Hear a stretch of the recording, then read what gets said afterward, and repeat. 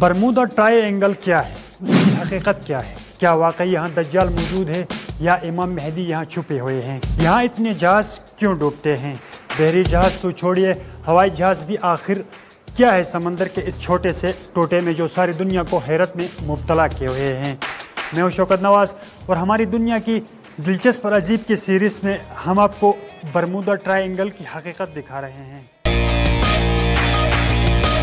Bermuda try angle کو devil's try angle یعنی شیطانی تکون بھی کہا جاتا ہے۔ حیران کن بات یہ ہے کہ برمودا ٹرائی اینگل دنیا کے جس خطے میں واقع ہے یہاں بحری جہازوں کی سب سے بڑی ٹریفک والے علاقوں میں سے ایک سمجھا جاتا ہے، جہاں سے امریکہ، یورپ اور جزیرہ عرب الہند آنے جانے والے سینکڑوں جہازوں روزانہ گزرتے ہیں۔ لیکن اس کے باوجود اس خطے سے ایسا خوف عوام کے دلوں میں بیٹھا ہوا ہے کہ اس کے پیچھے کوئی نہ کوئی کہانی چھپی ضرور نظر آتی ہے۔ کچھ روایتوں کے مطابق یہاں جنوں بھوتوں سے متعلق واقعات پیش آتے رہتے ہیں، کچھ اور کے مطابق یہاں خلائی مخلوق بھی دیکھی گئی ہے، لیکن اس میں مبالغہ شامل بھی ہو تو کچھ سچائی بھی ہوگی۔ آخر اس کی شروعات کہاں سے ہوئی؟ لوگوں نے اچانک ایسا کہنا شروع کیوں کر دیا؟ یہاں بھوت پریت کا بصیرہ ہے یا اس کے پیچھے کچھ ایسے حقائق تھے جن سے دنیا نظریں چرانے میں ہی عافیت سمجھتی ہے؟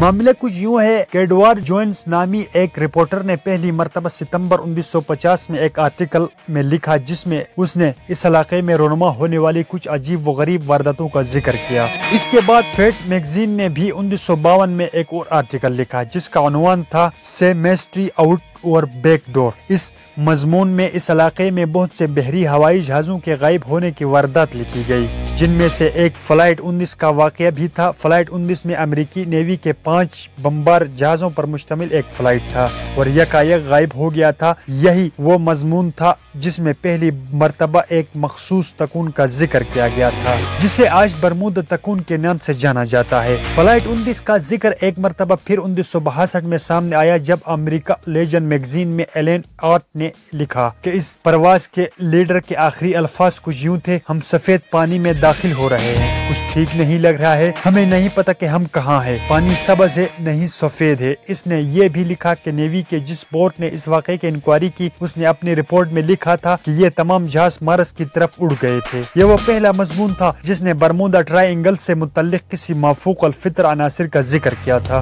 فروری 1964 میں ایک اور مضمون میں ایک اور منصف نے دعویٰ کیا کہ فلائٹ 19 کا واقعہ اکیلے نہیں بلکہ ایسے کئی واقعات اس علاقے میں رونما ہو چکے ہیں۔ اگلے برس اس مضمون کے منصف وینسٹ گارڈنز نے اپنے مضمون میں خاطر خواہ اضافہ کرتے ہوئے اسے ایک کتاب کی شکل دی تھی۔ اس مضمون ہی نے برمودا ٹرائی اینگل کی اصل حدود و قیود کا تعین کیا۔ اس کے مطابق یہ تکون سان جوان، پوئرٹو ریکو اور برمودا کے درمیان ایک جگہ ہے۔ یہ دعووں کی حقیقت کیا تھی؟ اس طرف آنے سے پہلے یہ دلچسپ معلومات بھی ذہن نشین رہے کہ گزشتہ کچھ سالوں میں ایسے مضامین اسلامی دنیا میں تواتر سے لکھے گئے ہیں، ان میں سے کئی انٹرنیٹ پر بھی موجود ہیں، جن میں یہ دعویٰ کیا گیا ہے کہ برمودا تکون میں دجال موجود ہے اور وہ سامنے آنے سے پہلے یہی اپنا طاقت بڑھا رہا ہے۔ وہ ایک مخصوص مقام پر سامنے آئے گا۔ کچھ اہل تشبیہ افراد کی طرف سے یہ تھیوری پیش کی جاتی ہے کہ ان کے آخری امام، جنہیں امام مہدی بھی کہا جاتا ہے، برمودا تکون ہی میں کہیں موجود ہے۔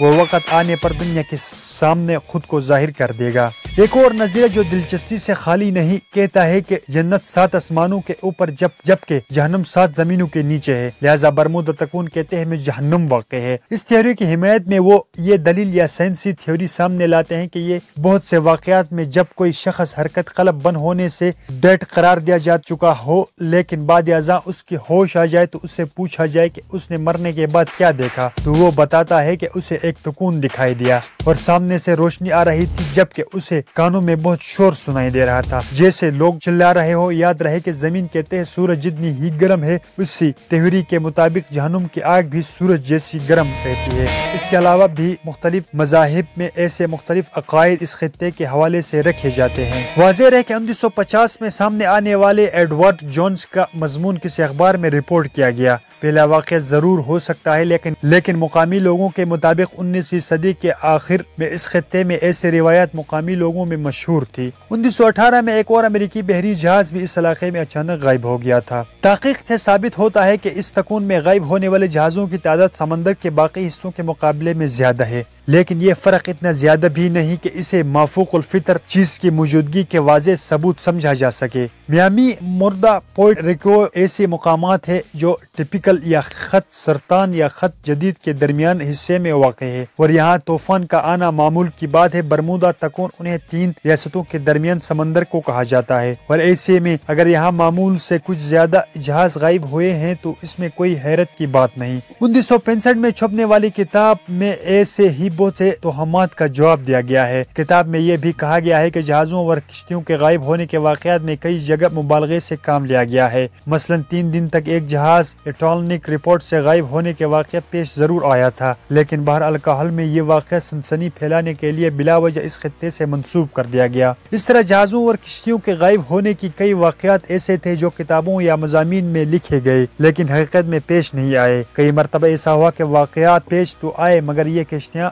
بعد میں مل گئی تھی، اور گمشدگی کی رپورٹ تو ہوئی مگر واپس مل جانے کی خبروں کو نظر انداز کیا گیا۔ یہاں تک 2013 میں world wide fund for nature نے جہاز رانی کے لیے دنیا کے 10 خطرناک ترین پائنوں کے ایک فہرست مرتب کی۔ یہ فہرست اس بنیاد پر مرتب کی گئی کہ کن علاقوں میں بحری جہازوں کو سب سے زیادہ حادثات پیش آئے ہیں۔ ان 10 علاقوں کے فہرست میں برمودا تکون شامل نہیں تھی۔ جہاں تک دجال کی بات ہے تو کئی حادثات سے ثابت ہے کہ صحابہ کو ایسی کسی جزیرے سے متعلق کوئی خبر نہیں دی گئی تھی جو اس وقت تک دنیا کے نقشے پر موجود ہی نہ ہو۔ کسی بھی حدیث سے دجال کا واسطی امریکہ میں واقع کسی جزیرے پر چھپے ہوئے کا کوئی اشارہ نہیں ملتا۔